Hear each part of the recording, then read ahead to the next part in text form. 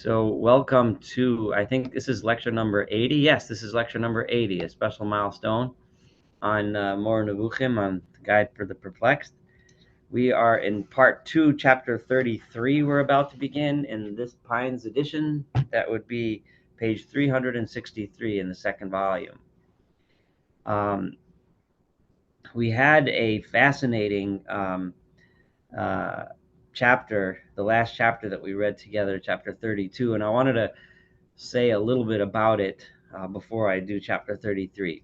And if you remember, Rambam, he started his discussion about prophecy, which he's going to continue in further chapters. But what he described about prophecy was kind of the beginning stages. He described the fact that in order to become a prophet, someone needs to work on him or herself to be a moral and ethical person. You have to be morally and ethically perfect. It takes a lot of hard work. And then intellectually, the person has to intellectually reach a level of study after studying both Torah subjects and studying, science and knowledge, general knowledge, come to an intellectual perfection and pursuit of truth. And then one is ready to receive prophecy. And then sometimes the prophecy comes from God, right? And sometimes it doesn't. Because Rambam says that sometimes that inspiration comes, and sometimes it doesn't. In other words, a person can be really great, but not get prophecy, or a person can be, but Rambam made it clear that if a person is not worthy, right? If a person doesn't do the work, then a person is not ever going to be a prophet. He was very adamant about that point. Now, one of the things that I do on my not that much spare time is I read tons and tons of books on Rambam and the Guide for the Perplexed, and I've spent there's a lot of different schools of thought in Maimonidean thought, and I talked to you a lot about Menachem Kellner and his school, and we talked about Kenneth Zieskin and his books. I mentioned Benoir, Ehud Benoir, and his book. A couple of other, but there's a lot of people write on Rambam. There's got to be thousands and thousands of books on it and articles and so on. But there's most of the people that I've read came from the tradition of the Western intellectual / Ashkenazi tradition. But some friends of mine, some Sephardic friends of mine, introduced me to a Sephardic writer. His name is Jose Faur, Faur, who writes a lot on Maimonides. And I got this book. It's called Homo Mysticus, A Guide to Maimonides, Guide for the Perplexed, by Jose Faur. Fascinating guy. He was of Syrian Jewish heritage, but he grew up in Argentina, and then he grew up in America. He passed away in 2020. He had a very interesting career, educated in Harvard and the University of Barcelona. Wrote a really cool books. But one of the things that he emphasizes is the mystical side of Rambam. Like I'm so used to looking at Rambam as the example of the rationalist, and I kind of always you get a sense from Rambam when you learn it, when he talks about, after all the intellectual stuff that he talks about, all, like we just said, all the work you have to do intellectually, you have to learn science, and you have to learn Torah, and all that is very intellectual. It's very rational. You gain a lot of information, you critically analyze the information, and you come to certain conclusions. And then you take those conclusions and you build more conclusions, so on, and you build up, and rationally you act like a good person. You are a good person. You're patient. You're kind. You're so on. But then all of a sudden we hit prophecy, and Rambam says you go through that entire process, but then he mentions, and then God decides to talk to you, right? That doesn't sound so rational, right? And that's where all of a sudden you get into the mystical side of Rambam, right? In other words, all of a sudden it's no longer about the work that you and I do, and it's no longer about the rules of science and finding the truth. All of a sudden you get to that pinnacle, and then either you grab whether or not this incredible knowledge, right? Whatever it is, that knowledge that you're achieving, which can be looked upon as just insight, incredible insight into truth. And the awe that one has when someone feels it and knows it. And it's not something that you can explain or describe in words, because if it was, then it would be part of the rational world. It's something beyond that. which is, remember, Rambam emphasizes so much how God is something that we can't describe. We can't make words for it. We can't explain, right? When you have that slight experience of that level of I'll call it the spiritual, for lack of, I don't know better words for it. That is something that comes from God, right? That is something that you've prepared yourself, and now you can see it. Now you can receive it. And what this reminds me of so much is another book that I read like 2 weeks ago or so. I went and I visited my parents in Boca, and my father, um, may be well for many years. He has always has the most fascinating books, and every time wherever I visit him, whether it's in his house in Jerusalem or when he stays by my sister in New York, he always has like a bazillion books. So I found this book, Einstein and Religion. It was printed in the 90s by a professor in I think Bar Ilan in Israel named Max Jammer. So I picked up the book, I start reading it, and I'm not going to go into the whole book. It was a great, really great book. But one of the things in there is he talks about how Einstein talks about, how he knew and just had this feeling that there's something behind it all. It's not religion in the sense like he put on tefillin every day and had 2 sets of dishes in his kitchen, but it's religion in the sense that Einstein, I mean, as much as anyone in history, achieved a level of science through rational thought. But then he came to a point where there's just something. There's something. Whatever word, there's no real word to describe it. And in that book, he also describes that.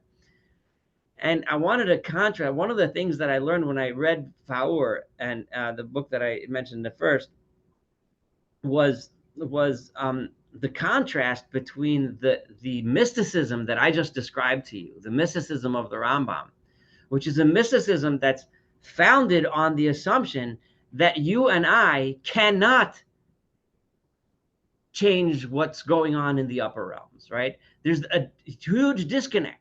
It's a mysticism that founded on the idea that there's this tremendous disconnect between what you and I know and see and feel and whatever is related to God.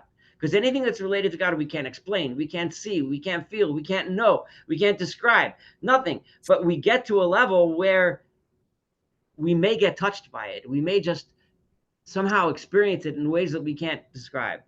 It's extremely different from the mysticism which Rambam would have very much disagreed with, the mysticism that we see today that started after the publication of the Zohar, right? And the mysticism that we find that people call mysticism today. And by the way, Rabbi Hertzfeld and I discussed me giving potentially one day a class in Zohar, and I might do that.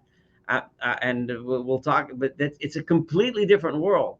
That mysticism is a world in which, right, the actions, everything we do on this world is having effects in the spiritual planes, right?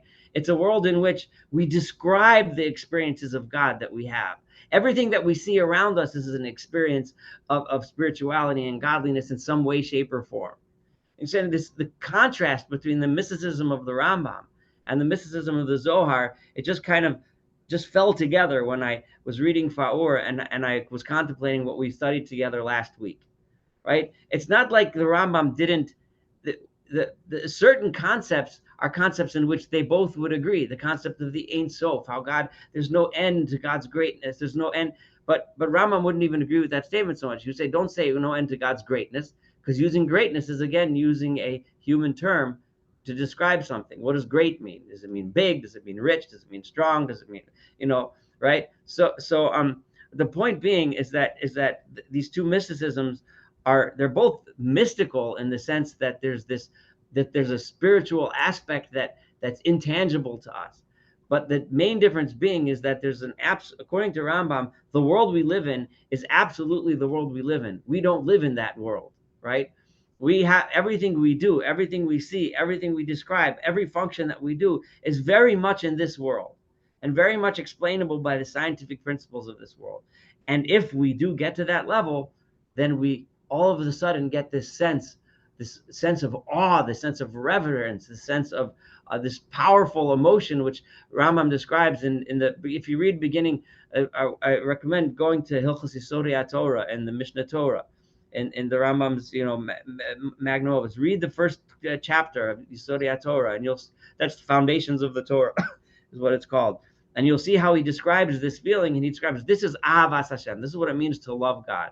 The way you learn to love God is by studying, by practicing a proper life, by studying and observing everything that's around us in this world, and then eventually coming to the sense of, wow, right? There's something else. There's something more. There's something higher. And Leslie, I see you raising your hand, so go ahead. I was trying to unmute. So would Rambam think that, like Einstein's and any other great insights, that is a form of prophecy? I absolutely think he would. Absolutely. I have no question at all. This I could say with certainty. That is exactly, according to the Rambam, what prophecy is. And when he's going to delineate the steps and stages of prophecy when we get to it later, you'll see how, those kinds of thinkers fit into Rambam's scheme. And definitely, he would definitely consider that a form of prophecy. And yeah, no, I'm glad you brought that out. And so what this is going to bring us to is it's going to bring us to the chapter we're about to read. But I really, it's like when we emphasize the rationalistic aspect of Rambam, who was by all accounts an extreme rationalist, right? It doesn't mean that there's, we're throwing away mysticism altogether. We're throwing away all of that spiritual feeling. It's just the opposite. It's just a completely different approach. It's a completely different way of achieving it. But remember I said, though, that what you and I do, right, when we walk around and put on tefillin, right, we're not manipulating worlds up there like the Zohar and those that followed after the Zohar would explain. When we put on tefillin, we're doing an act, and we think about what we're doing.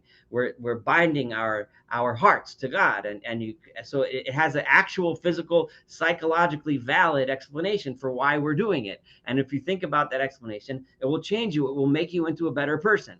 When we keep the rules of kosher, when we keep the rules of Shabbos, when we daven 3 times a day, we're making ourselves better. We're making the world better. We're bringing ourselves closer to God in a very tangible, physical, real way. However, when we do that, right, if we're not, if we keep doing that and we live that way, we can get to the point where we'll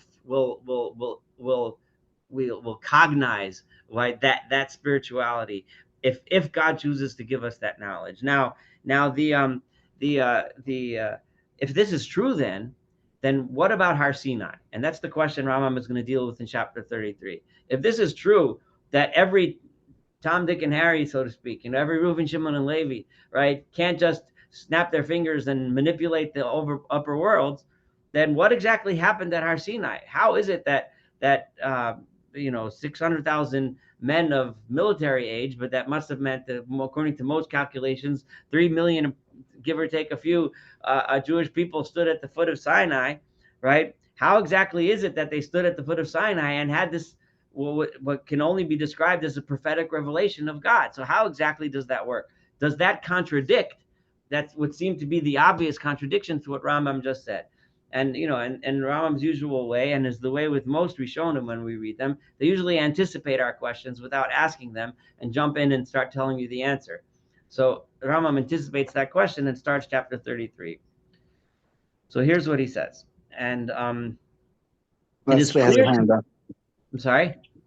Leslie has her hand up. Sorry. Oh, I did. Is it up from still before, or? No, that was from before. I just took it off. Still from before. Okay. Yeah. All right.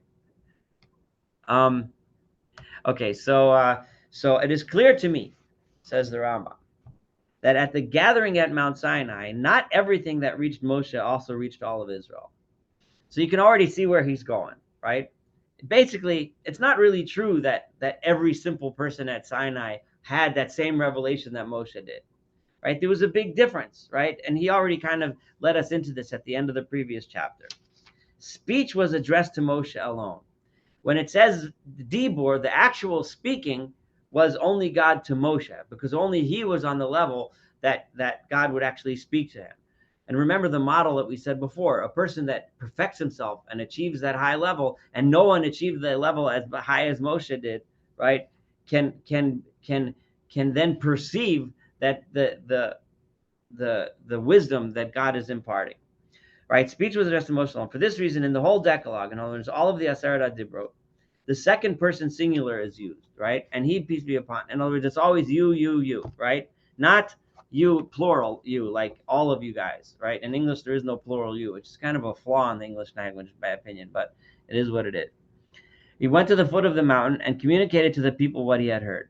The basic idea was that Moshe heard from God, and then Moshe went to the people and told them what God said. And you're probably already thinking of some questions upon this, but hold back your questions because the Rambam is probably going to anticipate them and answer them. And if at the end of the chapter you still have the questions, feel free to ask. The text of the Torah reads, right? I stood between the Lord and you at the time to declare unto you the word of the Lord, right? So that was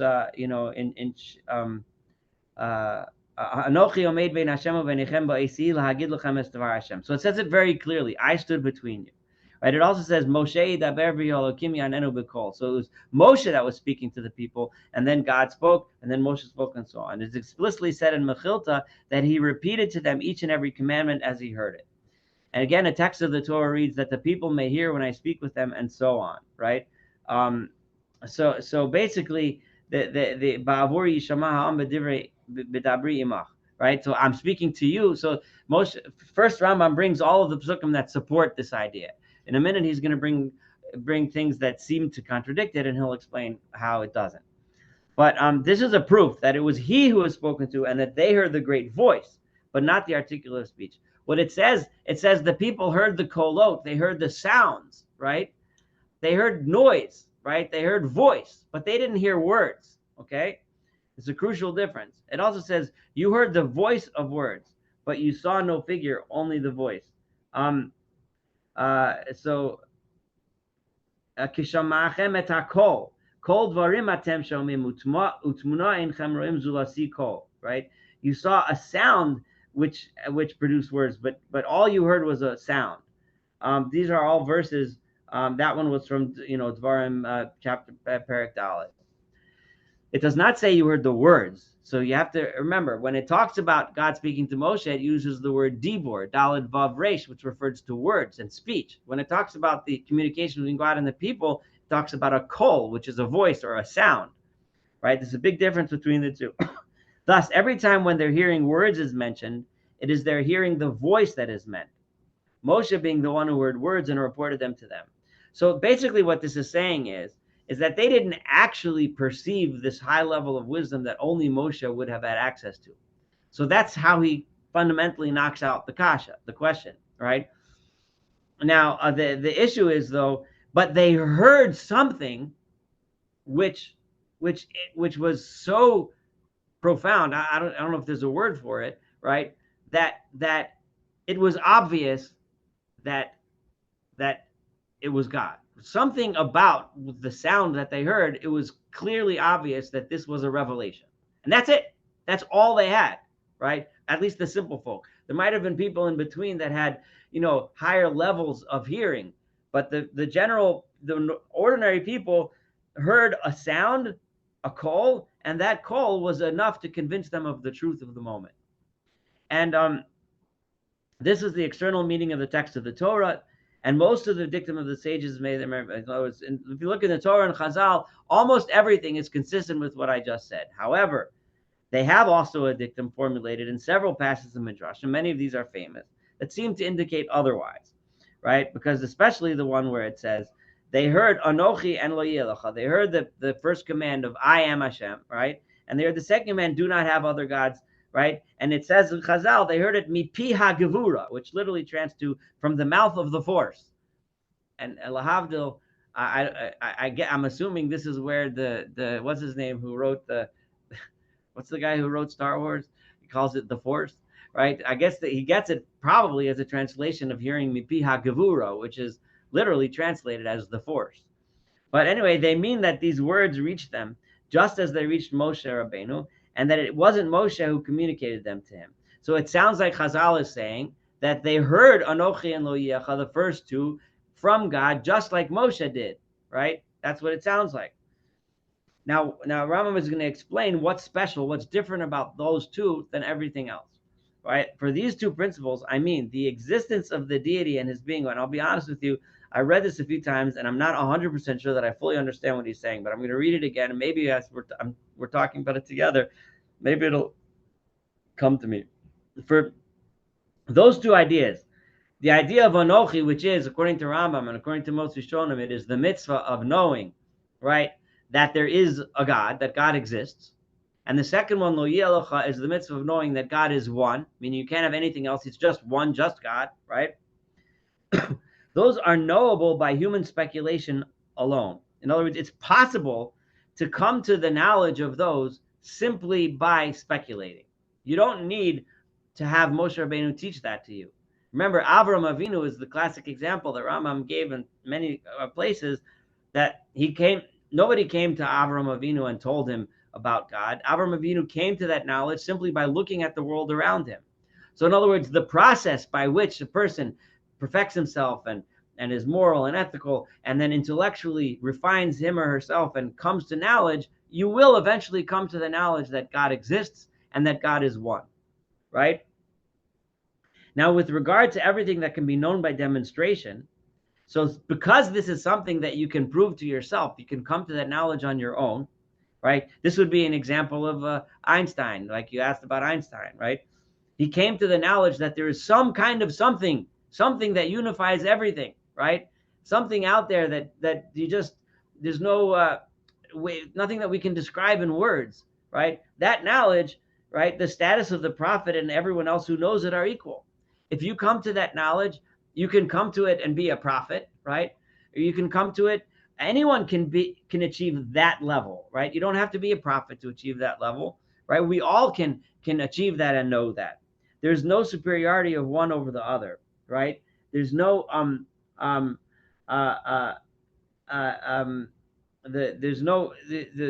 because it's knowledge, that it's something that we can all attain. Thus, these two principles are not known through prophecy alone. We don't know them only because a prophet told them to us. The text of the Torah says, "V'yatah harei soladas," right? V'yatah, right? And you have been shown to know ki Hashem Elokim ein od milvado, right? As for the other commandments are not necessarily things that a person would conclude on their own, right? They belong to the class of generally accepted opinions. They make sense, right? And those adopted in virtue of tradition, or they're something which are passed down by tradition. They make sense. They're something that were taught by our parents who learned it from their parents, teachers who learned it from their teachers, right? Not to the class of the intellect. They're not the kind of thing that we can knowledge that we can achieve on our own. And we do find, throughout the world's many cultures came to some idea of some sort of deity, right? Even the polytheistic cultures, and many, if not most, maybe possibly even all, understood that there's some overarching power, right? Everyone had their own ideas and own so on and so forth. But the fact that there's something out there, something that just beyond it all, that is somehow responsible for it all, is an idea that humanity has come to under so many different circumstances. It didn't require prophecy to get there. Okay, but we have to continue. So what is it that they heard with this voice? So let's keep going. So taking into consideration whatever else they have said about this, right? In other words, Chazal, the text and the dicta of the sages permit considering as admissible that all Israel only heard at that gathering one voice one single time. This is how I understand what happened. They heard a sound, right? Once, period. And that was the voice through which Moshe and all Israel apprehended, I and thou shalt not have. That sound was the sound through which all of them recognized God exists and God is one. Those two ideas.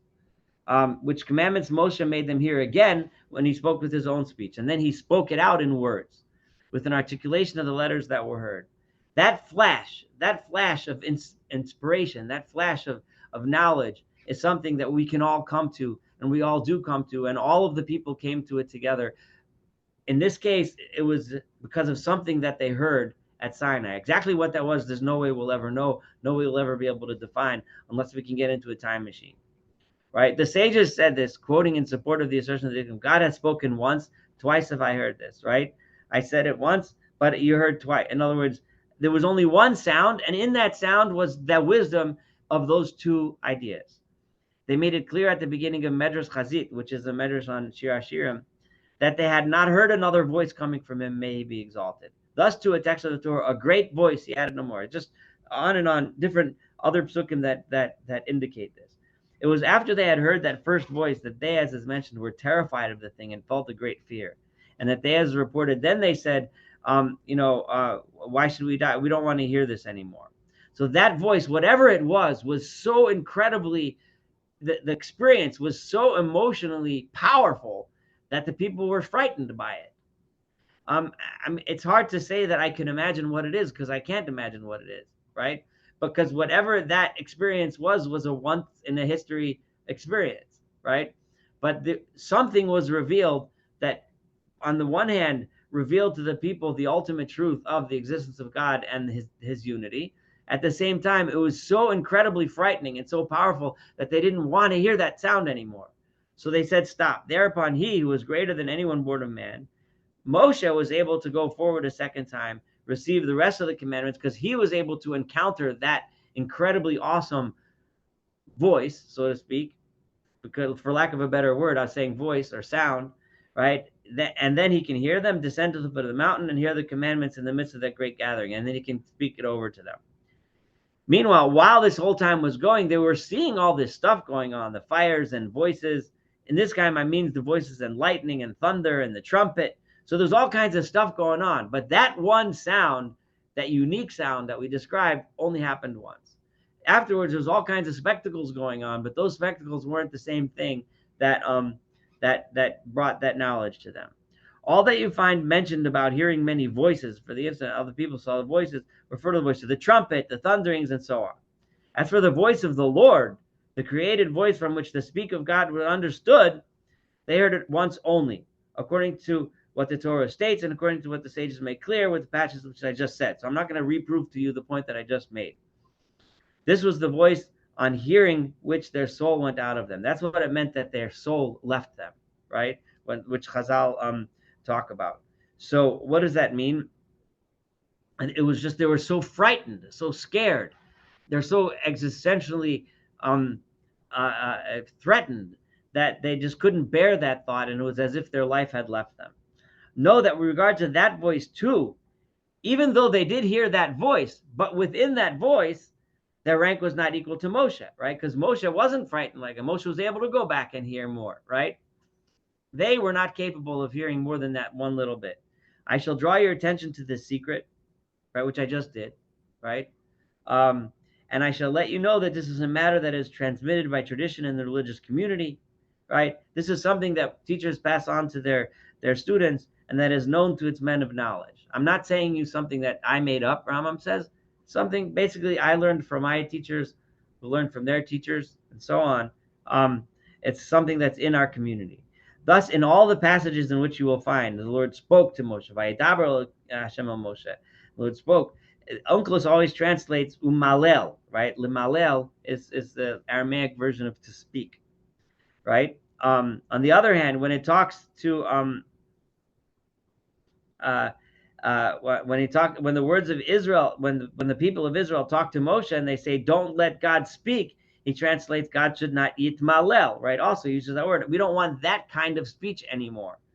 Thus, he, peace be upon him, we already learned before how Rambam is a big fan of Onkelos, because Onkelos was very careful to always de-anthropomorphize references in the Torah. If you look through his translation, and Rambam pointed out examples in the first book, we studied this together, constantly takes, whenever it has an anthropomorphic reference to God, Onkelos translates it in a way that takes that reference and waters it down. He made clear to you the proposition that we have set forth in detail.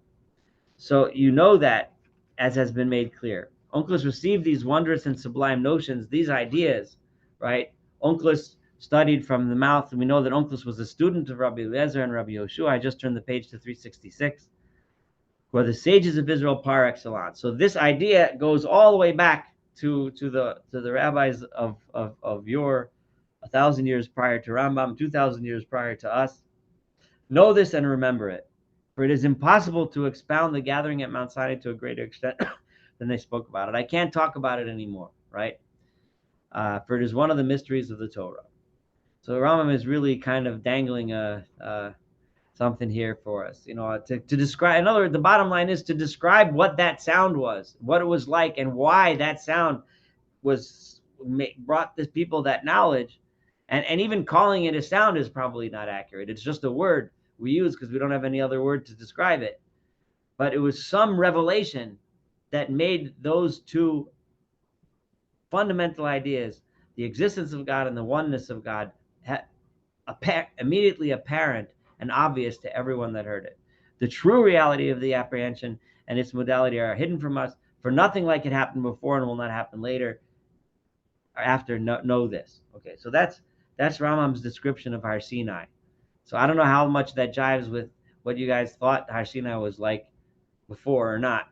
But that's the Rambam said this because he was dealing with the question that we discussed before, and that was the question of if it's true that a simple person can't become a prophet, then how did everyone see prophecy? So this is how Rambam dealt with that question. Any comments on chapter 33 before I do 34?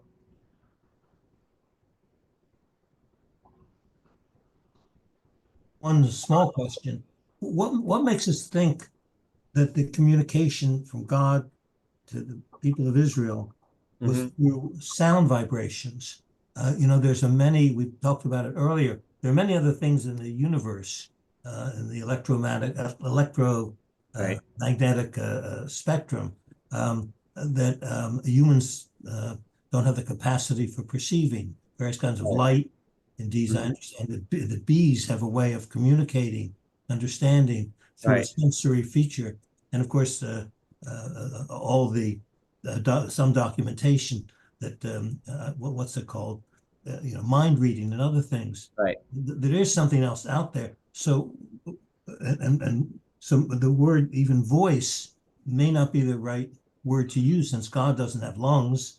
You're making a very good point. It's probably only using the word kol because it has to use a human word to describe it. Right. Yeah, but there is no word for whatever it was that they sensed. Yeah, because God doesn't have lungs. He doesn't have a mouth, as you've. Right. For all we know, like if you and I did I was thinking, I made a little quip about a time machine, right? It's very possible that if you and I mean, I'm just imagining this. Let's say we did find a time machine and we set it for the right date, and we knew exactly where Sinai was, and we zipped our little spaceship to that moment, and we're looking at Sinai. What we'd probably see is a lot of people standing around the mountain, Moses at the top of the mountain, and that's probably all we'd see. Because since we don't belong there, we weren't part of that moment, right? Mm-hmm. Whatever it was that was being described as kolos, velapidim, and sound and noise and everything, right? It may have been some sort of sensory perception that you and I don't have human words to describe. Just like you said, I'm just conjecturing. Obviously, I have no idea what would be. Well, but even take Einstein. Right. What was it that led him to this insight about, general theory of relativity and E equals mc squared? I mean, there's something that he perceived that he. Yeah, but what was fascinating about him is those things that the general and special theory of relativity and those concepts that he came up with. It was beyond those concepts where he perceived a God, right? Okay. In other words, those concepts came out of the observable universe, right? And describe observable and measurable phenomena, right? But the existence of something beyond that was something that I don't think he ever, after reading that book, it's a really great book, by the way. I doubt it's still in print, but I highly recommend it. But there's got to be 1,000 books on Einstein, right? And everyone has a little bit of a discussion about his religious ideas. But there were a few, at least at the time this was written, he writes in the intro that he's the first guy to do like a real study on Einstein and religion. But but it's that feeling there's something that you can't. The key thing here, and the thing that's very Maimonidean about what I mentioned from Einstein, is that God is something that we can't describe, we can't explain. There's something beyond all of the rules of nature that we have no words for, right? Right? There's something, all the rules of nature and everything that we perceive and sense, there's something beyond that that doesn't fit in any of those categories. And using your example of the bee is a good example, right? Because the bee is something, I don't know exactly what it is you're referring to, but the bee has some sense that we can't perceive, whatever it is, a chemical thing, whatever it is, right? So that's an easy way for us to compare and say, just like, I mean, I'm thinking, because you know how a snake has like the forked tongue, right? So I was reading that the snake has chemosensors on its tongue. So the snake can sense chemicals in the air, mostly chemicals that tell him or her where the meat is, right? but by those two forked tongues, it can tell where it is, right? So if you imagine, if you're a snake, like you and I, we walk down the street, we see our surroundings. We see a guy over there, a woman over there, a car over there, a tree over there. We see things, right? And that's how we navigate through our environment. Just imagine if you were navigating based on chemical signals. It's a world that we can't even imagine, but that's the world of the snake, right? And in your case, the example of the world of the bee. But still, those chemical signals, you and I, if we got the right machine, we can measure them too, right? We just don't see them with our eyes, right? But they are there, right? But with God, it's something it's beyond, it's extra universal, right? It's beyond anything that we can measure, but it is similar in that respect, right? So there's just something beyond that. And whatever it was at Sinai, whatever it was that they experienced, it was an experience of that beyond, right? Of that force, right? Of that mipi hagvura, from the mouth of the force, right? And it's being described as a kol because we don't have it. Obviously, God doesn't have a mouth, right? And God isn't a force, but whatever. So we don't have anything better to use, so we explain it that way. But there was some sort of experience that they experienced that was, it made it so obvious, this idea that there is something beyond, and that something is uniquely one, right? It's so unique and so special that it can't be divided into different categories. You can't say, oh, there's two or three of them. That's it. It's just that, right? And that's what the first two commandments were. So it's really so now we're all of a sudden feeling the spirituality of Rambam, right? All of a sudden we're feeling a different Rambam. Until now it was all about, okay, show me the evidence. And now it's about, and logically deducing A from B from C. And then all of a sudden we get to the end of that logic, we develop ourselves to this process, and a person, Moshe Rabbeinu was a person, right? All of a sudden experienced something that's inexplicable, indescribable, unmeasurable. Okay, so now let's do, so if that, so, okay, so now if you remember in the book of Exodus, let me pull up Exodus 23, give me a second.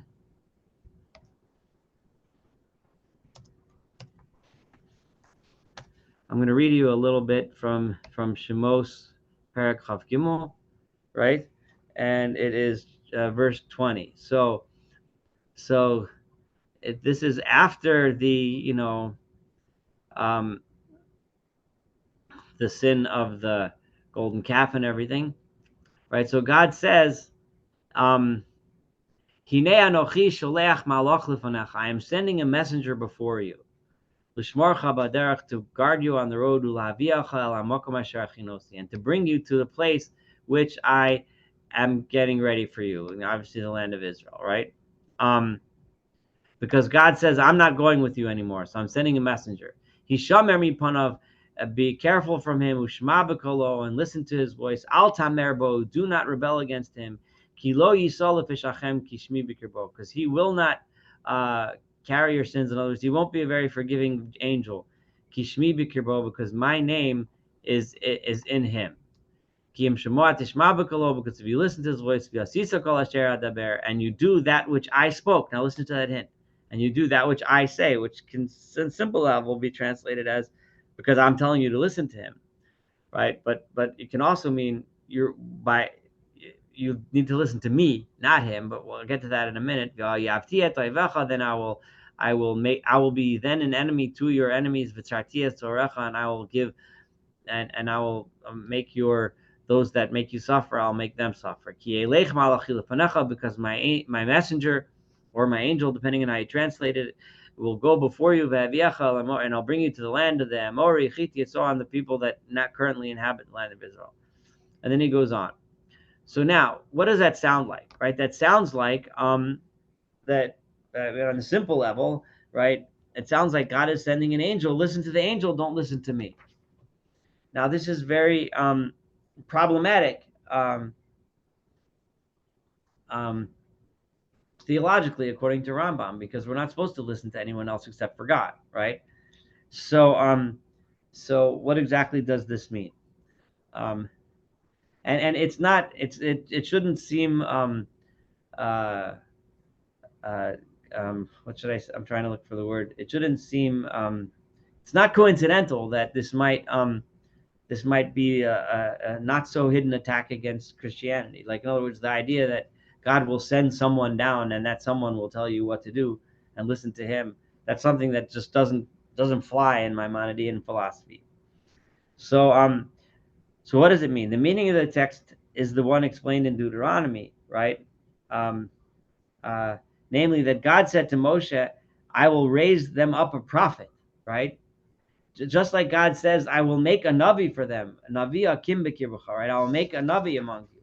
A proof. So all God is saying when he says to Moshe that I will send a messenger is to say, I'm going to send you, Moshe, right? You will be my messenger, right? And so that's proof of this when he says, take heed of him and hearken unto his voice and so on. There's no doubt that this injunction is addressed only to the multitude. He's not telling Moshe to listen to the messenger. He's telling the people to listen to Moshe. An angel, however, does not manifest itself to the multitude. You don't have that where angels, and the other thing that's bothering the Rambam here are the people hearing angels, right? I thought we're not supposed to hear prophecy. What does that mean, people are hearing angels? He says that's not what it means. What it means is angels don't tell people what to do and what not to do. They could not be ordered not to disobey him. People can't be told listen to or don't listen to an angel. According to the meaning of this dictum is that he, God in other words, gave them knowledge that there would be a prophet among them to whom an angel would come and speak to him and give him orders and provisions. The prophet will hear prophecy through an angel. That's what it means in Deuteronomy. And over here, what it means too is that the people will hear from Moshe Rabbeinu. Thus, God forbade us to disobey that angel whose words the prophet would transmit to us. But when God says, don't, we can't disobey, it means because the prophet heard it through prophecy, right? And remember what Rambam thinks an angel is. Remember, Rambam is assuming that we've been paying attention these past few years as we studied together, and that we know that an angel doesn't mean somebody flying around with white wings and magical fairies, right? An angel means, right, this process of wisdom that we've been describing, that Moshe is able to access God's wisdom, or any prophet accesses God's wisdom. Although Moshe has a more direct access, whereas other prophets, it was less direct, which less direct is called through angels. Remember, those angels are those other intellects through which God speaks to this sphere, to this sphere, to this sphere, to this sphere. Each one has an intellect, and thus the knowledge eventually gets communicated to the prophet. And it also says, and shall come to pass that whosoever shall not hearken to my words is to speak in my name, and so on. This being the explanation of the dictum, for my name is in him. That's why it says, because my name is in that angel. What does that mean? Because I am communicating to that prophet. All this merrily taught them this. So the whole point of that whole passage, which I just read to you, is to say the bottom line. This great gathering that you just saw, the gathering in Mount Sinai, will not be a thing subsisting permanently with you. That revelation that you had, that moment of revelation that was so obvious to every single one of you, that God exists and God is one, that's it. That's the only time you'll ever have that. From now on, right, in the future, I'm on page 367 now, on the top, there will not be anything like it. There will not permanently be fire and a cloud such as those that are now always on the tabernacle. However, an angel whom I shall send to your prophets, in other words, I will communicate to your prophets, they will lead, they will conquer the country for you, they will smooth out the land before you, they will let you know what you should do and how to live. So you should listen to my prophets, and they will teach you, bottom line, the Torah. He will let you know what you should approach and what you ought to avoid, what's a mitzvah to do, what's an aver, what you should not do. Thereby the fundamental principle was given, which I have never ceased explaining, namely, that to every prophet except Moshe Rabbeinu, revelation comes through an angel. Know this. That's what it means. That's how I'm going to communicate with the prophets from here on in. So this is what it means, and this follows the past chapter for several reasons. But the most recent thing, the last few sentences, we're emphasizing that moment was just a singular moment in time, never to be repeated. And God was telling us afterwards that you should know that from now on, listen to the prophet, because that prophet is receiving communication from through an angel, right? Which we explained before what an angel meant, and he's going to go into more detail when he discusses prophecy specifically. There's I think it's chapter 36, or well, you'll see. He's going to go through. We're going to have a lot of more and more discussions about prophecy, the levels of prophecy, and so on. So that's going to be a topic that we're going to be dealing with for a while. But we're entering a little bit more of a spiritual side, which we discussed, and we'll have plenty of opportunity to talk about. I'm going to stop here for tonight. Is there any observations, questions, comments? Yeah, I have a question. Sure. I think part of the argument was that the Jewish people didn't hear the Ten Commandments, or didn't understand what was being enunciated when God uttered the Ten Commandments. I know that they heard the first two. Is that correct? And Yes, so the Rambam explained that in detail. We studied that tonight. That what they didn't actually hear the first two, but what they heard revealed to them the truth of the first two. And then Moshe came, and this is how the Rambam understands it. There's a lot of other ways to understand it, but that's what he said. Right? There was some revelation that made it obvious to them that the first two are true. That God exists, Anochi, and that God is one, which is Lo Yelecha. And the argument was that because the word kol can mean sound or voice. Is that right? It could mean sound or voice. Yep. But the argument on the Rambam's part was that it's impossible for a simple person, not on the level of a prophet, to hear God's actual speech. That's something that only Moshe could hear. Because of that, he had to come up with an explanation as to what the simple people heard, right? If they didn't hear God speaking, what did they hear? So he said, I don't know what they heard. Whatever they heard, it was something that freaked them out, right? But it made it obvious that that God exists. It's hard to imagine what frightening thing we can experience. We can't imagine it because, like Rambam said, it only happened once in history. But whatever it was, something. Seems like Rambam is reaching for something here. I mean, but wouldn't most people understand the word kol in this context to mean voice, or when God spoke or communicated in some way? I mean, he made a pretty powerful case. You know, I mean, I'm not going to read it again because that's what we just did. But he made a pretty strong case for his assertion. I mean, granted, plenty of people didn't understand it the way he did, but I mean, we're studying Rambam now, so we're learning how he understood it. You know, there's a lot. You know, it's not. The Rambam claims this is the simple understanding. He repeats that over and over again. This is a simple understanding of the verses, and this is a simple understanding of Chazal. Thank you.